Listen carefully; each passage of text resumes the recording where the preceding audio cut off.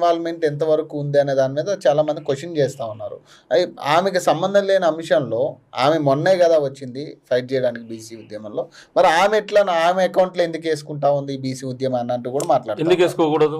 సంవత్సరన్నర కాలం నుంచి బీసీ సంబంధించినటువంటి తెలంగాణ మన జాగృతి సంబంధించినటువంటి యూపీఎఫ్ స్థాపించిన తర్వాత పూలే సంబంధించినటువంటి విగ్రహాలని పెట్టాలనేటువంటి దాంతో స్టార్ట్ చేసేసి రాష్ట్ర వ్యాప్తంగా ఉన్నటువంటి 2 జిల్లాల్లో మేము సంబంధించినటువంటి రౌండ్ టేబుల్ సమావేశాలు పెట్టి బీసీ సబ్బండ జాతులందరూ ఒక త్రాటి మీద తీసుకొచ్చేసి వాళ్ళను మొత్తం కూడా చైతన్యవంతం చేసే విధంగా రౌండ్ టేబుల్ సమావేశాలు నిర్వహించినాం.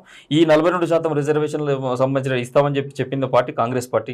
దీనిపైన ఎవరు కూడా పోరాడలే, ఏ ఒక్క పార్టీ కూడా అడగనప్పుడు ఒక ఇండిపెండెంట్కి ఒక వేదిక కావాలి కాబట్టి పార్టీలకు అతీతంగా ఉన్నటువంటి వేదిక మా జాగృతి వేదిక. ఈ వేదికలోనే బీసీలను ఒక త్రాటిపైకి తీసుకొద్దాం అనుకున్నారు.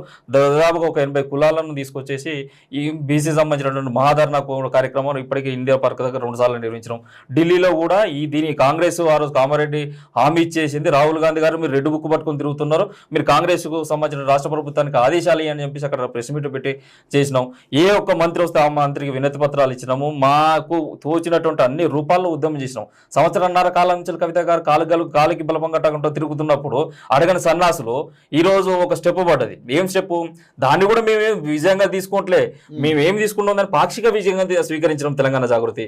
మనం ఇంత ప్రయత్నం చేస్తున్నాం కదా, ఇంత ప్రయత్నం చేసినప్పుడు ఈ 42% వాటా పైన ప్రభుత్వం ఒక ఆర్డినెన్స్ తీసుకొచ్చి ఒక అడుగు ముందు వేసింది. వాస్తవంగా ఇది అసెంబ్లీలో బిల్ అయింది. ఈ బిల్ అయింది, గవర్నర్ ఆమోదం పొందింది. ఈ ఆమోదం పొందింది రాష్ట్రపతికి పోయింది. ఇక్కడ ఉన్నటువంటి ప్రెజర్ అంతా ఎక్కడ ఉన్నది అంటే మళ్ళీ బీజేపీ పార్టీ చేస్తే తప్పితే అక్కడ నుంచి బిల్లు బయటకు వచ్చే పరిస్థితి లేదు. దానిపైన ప్రెజర్ పెట్టడం కోసం అఖిల పక్షాలు పోవాలి, అన్ని పార్టీలు ఏకం కావాలి, దాన్ని ప్రెజర్ చేయాల్సినటువంటి అవసరం ఉంది. కానీ అది జరుగుతూనే అది ఒక ప్రక్రియ జరుగుతూనే ఇక్కడ ఆర్డినెన్స్ ఏదైతే తెచ్చిలో కాంగ్రెస్ పార్టీకి కనుక చిత్తశుద్ధి ఉంటే ఈ ఆర్డినెన్స్ ఒక స్టెప్ పడ్డది, ఒక అడుగు పడ్డది. ఇన్ని రోజులు పడలే, ఒక అడుగు పడ్డది కాబట్టి మేము దానిపైన పోరాడినాం. కాబట్టి ఈ జాగృతి పోరాట ఫలితంగా ఈ అడుగు పడ్డదని సంబరాలు చేసుకున్నాం. తప్పే ఉన్న సంబరాలు చేసుకోకూడదా? దాని కష్టం, దాని వెనక మా కష్టం కూడా అంతే ఉంది కదా.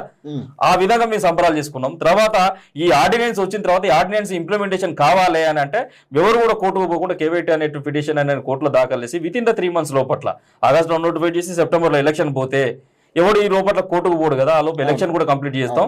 సామాన్య మద్దతు తరగతులకు ఇచ్చినటువంటి హామీ నెరవేరుతుంది. త్వరితగతిన ఏ విధంగా అయితే దీన్ని ఇంప్లిమెంట్ చేయగలుగుతాం, ఏదో ఒక స్టెప్ పడాలి కదా. ఏది లేకుండా అతిగతి లేకుండా ఉంటే ఎట్లా అనేటువంటి దానిపైన కవిత గారు ఆ విజయాన్ని పాక్షిక విజయంగా తీసుకొని ఆ రోజు మాకు కొద్ది మంది కార్యకర్తలు, మొత్తం మా జాగృతి కార్యకర్తలు కూడా అందుబాటులో ఉన్నటువంటి కార్యకర్తలు ఏదో రంగులు చల్లుకొని చేస్తే నువ్వు రంగులు పూసుకుంటావు, నువ్వు అది చేస్తావు, నీకు సంబంధం ఏందనంటే సంవత్సరాల కాలం నుంచి ఎక్కడ నిద్రపోయినావు మళ్ళన్నా? సంవత్సరాల కాలం నుంచి కవిత గారు ఉద్యమిస్తారు కదా రౌండ్ టేబుల్ సమాచారం మీద. నిన్నగాక మొన్న పోలవరం సంబంధించినటువంటి 30 గ్రామాలు 5 వస్తే కూడా అది కూడా ఇలా జాగృతి పెట్టిన రౌండ్ టేబుల్ సమావేశం తర్వాత ఆ గ్రామాల గురించి మాట్లాడాలి కదా. ఎవరు మాట్లాడిండు?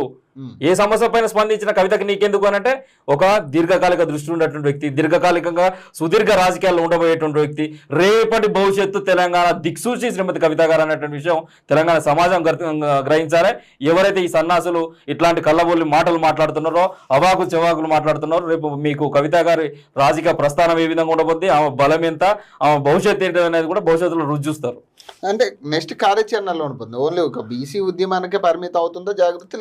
లేదు, బీసీ ఉద్యమం అనేటువంటి ఒక నేపథ్యం. దీన్ని సాధించుకున్న తర్వాత మాకు ఆల్టర్నేట్ గా ఏదైతే కాంటెంపరీగా వచ్చేటువంటి అంశాలు ఉంటాయో వాటిని ఖచ్చితంగా టేకప్ చేస్తాం. అది రేపు ఆదివాసులే కావచ్చు, గిరిజనులే కావచ్చు, ఇంకే అంశాలు వచ్చినా అది వాటిని టేకప్ చేయడానికి జాగృతి సిద్ధంగా ఉంటాం. అన్యాయానికి గురయ్యేటువంటి వర్గాలు, అణగారిన వర్గాలు, నిమ్న వర్గాలు, ఎక్కడైతే వాళ్ళకు కనీసం ఒక సపోర్ట్ ఉండదో అట్లాంటి వర్గాలకు జాగృతి చేసి ముందుకు తీసుకుపోయి తెలంగాణ ప్రజలు యాక్సెప్ట్ చేయడానికి రెడీగా ఉన్నారంటారు. తెలంగాణ జాగృతి ఎందుకు లేరు?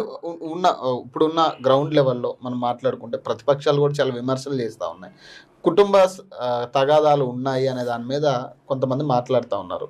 కవితని ఎవరు యాక్సెప్ట్ చేయరు తెలంగాణ ప్రజలు అనేది వాస్తవమా కాదా? కవితని యాక్సెప్ట్ చేయకపోతే ఈ రోజు తెలంగాణ బతుకమ్మ విశ్వపీఠం పైన కూర్చుండేదా?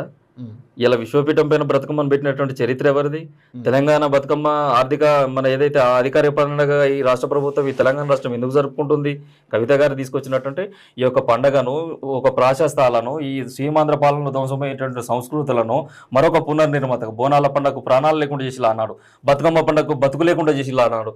కనీసం వాటికి వీధి దీపాలు పెట్టుకోవడానికో, పక్కకు బ్లీచింగ్ పౌడర్ పోసుకోవడానికో, లేకుంటే చెల్లెలు నిమజ్జనం చేసుకుంటే దగ్గర ఏర్పాట్లో ఏది కూడా చేయలేని పరిస్థితులలో కవిత గారు బతుకమ్మను ఎత్తుకొని ఈ సంస్కృతులను నిర్మించుకుంటూ గ్రంథస్థం చేసుకుంటూ బతుకమ్మను విశ్వపీఠం పైన నిలబెట్టాం.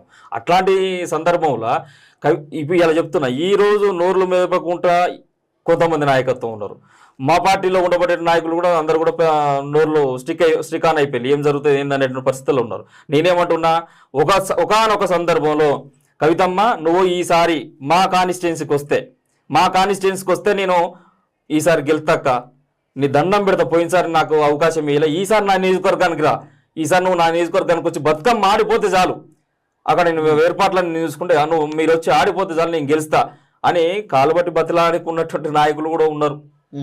అట్లాంటి కవిత గారి క్రేజ్, కవిత గారి చరిష్మా గొప్పది. ఇలా సబ్జెక్ట్ ఉన్నటువంటి వ్యక్తి, గ్రౌండ్ లెవెల్లో మూలాలు చూసేటువంటి వ్యక్తి, స్థూలంగా మాట్లాడగలిగేటువంటి వ్యక్తి, సూక్ష్మంగా గ్రహించగలిగేటువంటి వ్యక్తి. కేసీఆర్ గారికి ఉండబడేటువంటి అన్ని రకాల చరిష్మాలు, అన్ని రకాలైనటువంటి ఆనవాళ్ళన్నీ కూడా కవితక్కలో సొంతం. కాబట్టి రేపు రోజున ఒక గొప్ప మహిళా నాయకురాలని ఈ రాష్ట్రం చూడబోతుంది.